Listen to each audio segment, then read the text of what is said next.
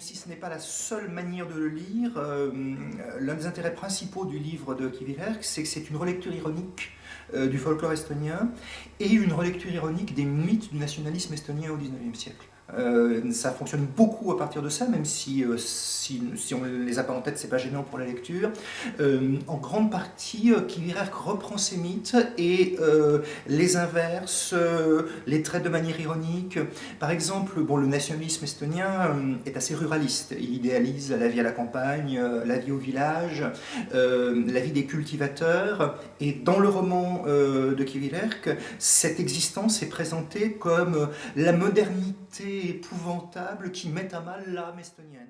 Critique pas mal la manière dont la mondialisation est arrivée en Estonie, mais effectivement, c'est pas une critique nationaliste traditionnelle, c'est une critique post-nationaliste qui est en fait entièrement construite sur l'ironie par rapport aux mythes nationaux.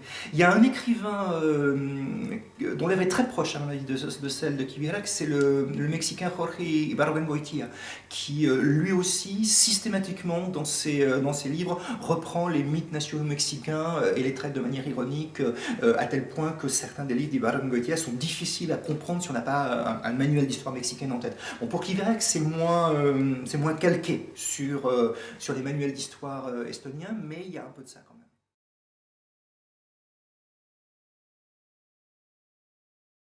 D'une part, c'est très bon signe, ça montre que les crispations nationalistes de l'époque soviétique sont derrière les Estoniens, derrière eux, et qu'on peut désormais effectivement élaborer un discours post-nationaliste, une critique de cette idéologie nationaliste qui a été très importante et très positive au XIXe siècle, hein, qui a été très importante et très positive dans la lutte contre le communisme, mais dans laquelle il était dangereux de s'enfermer.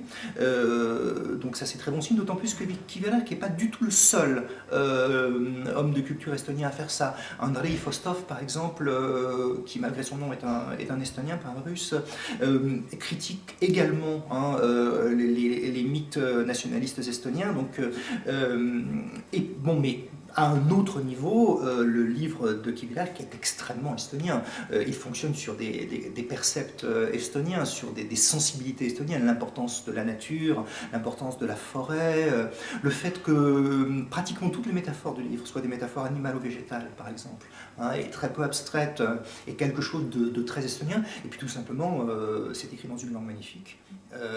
Donc les Estoniens en sont fiers à ce niveau-là également.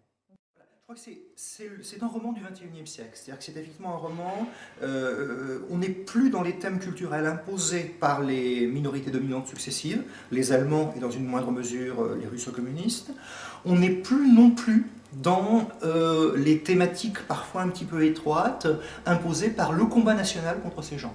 Hein. On est dans du post-nationalisme, on est aussi pas mal dans de la post-modernité. C'est probablement ce qui fait que ce roman se lit si bien et a été un tel succès en Estonie.